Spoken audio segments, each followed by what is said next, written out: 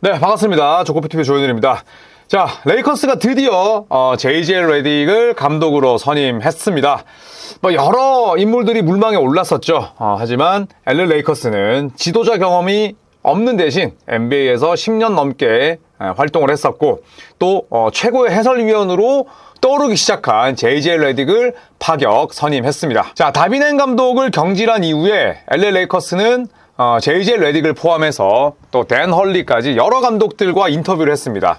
그리고 또 여러 감독들이 이 물망에 올랐습니다만 결국 레딕을 선임하기로 했습니다. 자, JJ 레딕 같은 경우에는 2006년 신인 드래프트 전체 11순위로 올랜도 매직의 지명을 받았습니다. 네, 그리고 2021년 댈러스 매버릭스에서 은퇴를 했고요.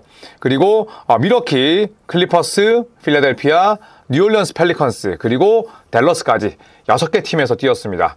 커리어 대부분을 소속팀의 플레이오프 진출을 이끌었었고요. 네, 그리고 정규리그 통산 940경기 출전해서 평균 12.8점을 넣었으니까 당초에 너는 대학용 슈터다, 너는 NBA에서 절대 성공 못할 거다라는 평가를 감안했을 때 완전히 이걸 뒤집었다고 볼 수가 있겠죠.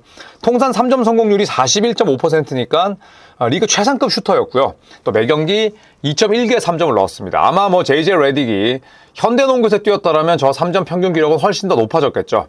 그리고 굉장히 재밌게도 덩크는 딱 한 번이었습니다. 운동 능력이 나쁘진 않았었는데 주로 공 없는 움직임, 오프 더 볼 움직임을 가져가다 보니까 덩크는 딱 한 번이었어요. 자, 그래서 이 선수 레딕이 잠깐의 해설자 자리를 거쳐서 감독이 됐는데, 자, 레이커스는 왜 레딕을 선임했을까요? 자, ESPN의 보도에 따르면 레이커스는 레딕의 선수단과 소통 능력 그리고 높은 BQ를 굉장히 높이 평가했다고 합니다. 펠린카 단장의 말에 따르면 JJ 레딕은 선수들을 이어주는 능력이 굉장히 좋고 BQ뿐만 아니라 또 주위에서 함께 할 코치진들이 JJ 레딕의 적응을 100% 도와줄 수 있다는 믿음이 있다. 이런 이야기를 했었고요. 또 젊은 선수들을 성장시킬 수 있는 그런 능력이 감독에겐 굉장히 중요합니다.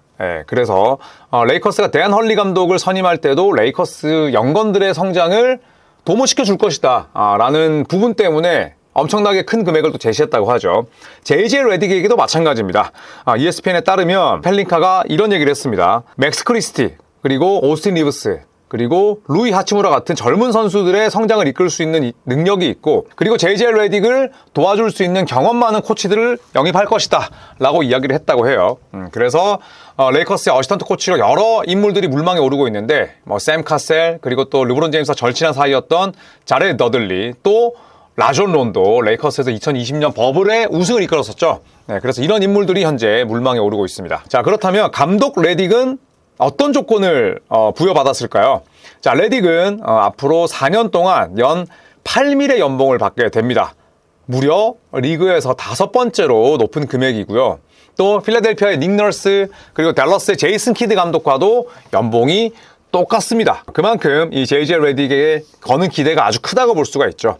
4년에 32밀이면 JJ 레딕이 선수 생활 동안 번 돈의 진짜 상당 부분을 차지합니다. JJ 레딕이 NBA에서 2006년부터 2021년 동안 뛰면서 총 벌어들인 금액이 117밀이거든요.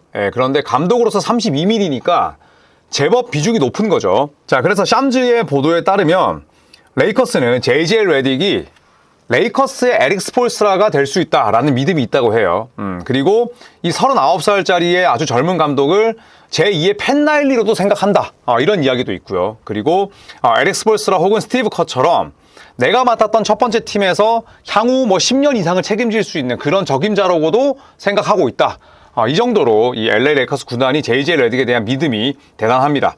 그렇기 때문에 이 초짜 감독, 지도자 경험도 없는 이 인물에게 연평균 8밀, NBA 30개의 팀 감독 가운데 5번째로 높은 연봉을 매기게 된 거겠죠. 자, 그런데 제가 오늘 일어나서 인스타를 이렇게 보다가 굉장히 좀 재미있는 그런 포스팅을 봐서 캡처했습니다. 어떤 내용이냐면, 자, 레이커스가 필 잭슨 감독 이후에, 필 잭슨 감독이면 LA 레이커스에게 5번의 우승 반지를 선사한 최고의 챔피언 출신인데, 이분이 레이커스를 떠난 이후에 감독들의 평균 재임 기간, 그 다음에 경기를 한번 보겠습니다. 자, 루크 월튼 246경기 뛰었고요. 근데 제일 많습니다. 5명 중에. 그리고 프랭크 보겔 2020년 버블 우승을 이끌었는데 225경기밖에 레이커스를 지도하지 못했어요. 그리고 다빈 햄 82 곱하기 2 하면 164경기 뛰었고요. 바이런 스캇, 코비 브라이언트가 루키 때 엄청나게 많은 도움을 줬던 베테랑이고 LA 레이커스의 또 프랜차이즈 스타기도 한데 이분도 딱 2년 164경기만 맡았습니다. 그리고 마이크 댄토니 154경기니까 레이커스가 정말 인내심을 발휘하기에는 성적도 안 좋았지만 레이커스 또한 안 되는 집의 전형을 보여준 거죠. 감독이 자주 바뀐다? 감독 자주 바꾸는 팀 치고 최근 행보가 좋은 팀은 거의 없습니다. 행보가 안 좋기 때문에 감독을 자르는 거죠.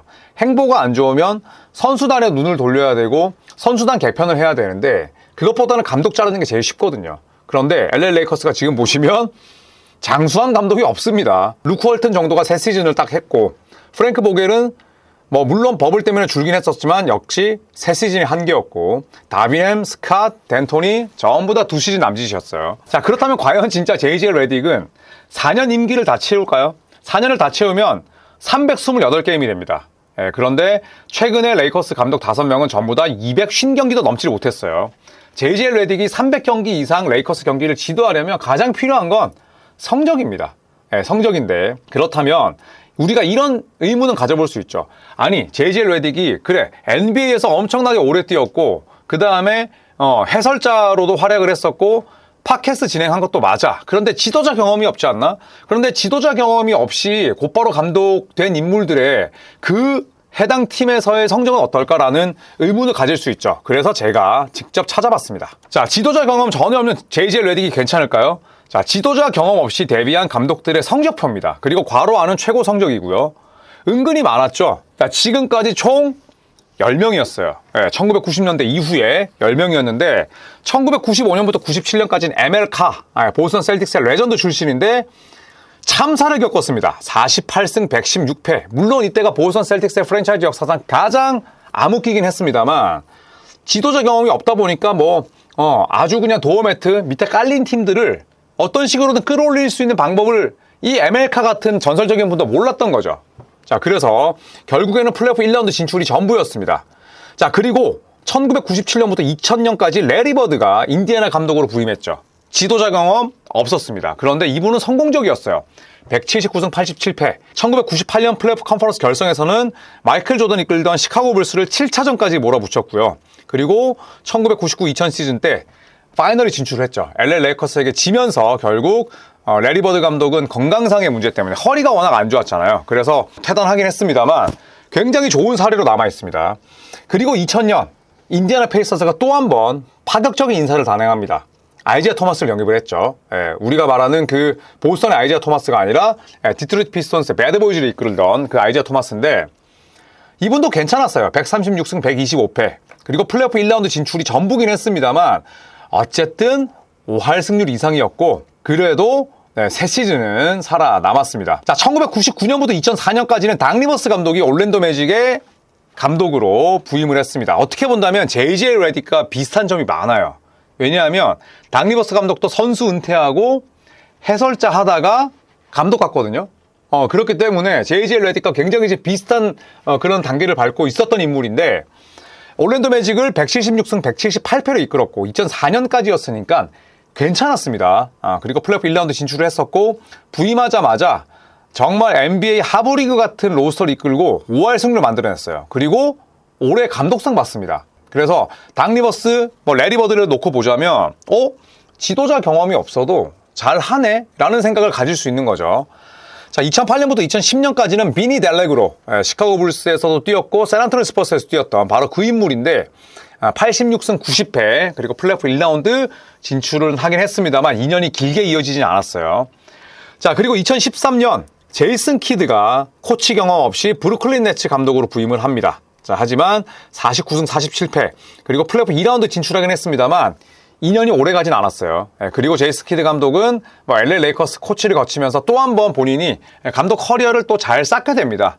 그 사이에 또 미러키 벅스의 감독으로 부임하기도 했었고 자, 그리고 2011년부터 2014년까지는 마크 잭슨이 골든스테이트 워리어스의 감독으로 부임합니다. 역시나 어시스턴트 코치 경험이 없었는데 130승 119패 플레이오프 2라운드 진출했고 지금 골든스테이트 워리어스 4번의 우승에 초석을 쌓은 인물이에요. 자, 그리고 잭슨이 잘리고 스티브 커 감독이 부임을 합니다. 그런데 스티브 커 감독도 이때는 지도자 경험은 없었죠. 물론 좀 다를 수는 있어요. 선수 생활했고, 피닉스 선즈 단장했고, 해설자했고. 그러니까 지도자 빼고는 다 해본 거야.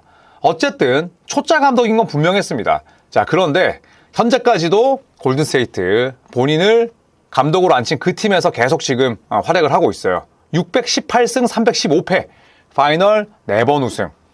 지도자 경험이 없이 NBA 풀타임 헤드코치가 된 인물 가운데 가장 성공한 거죠.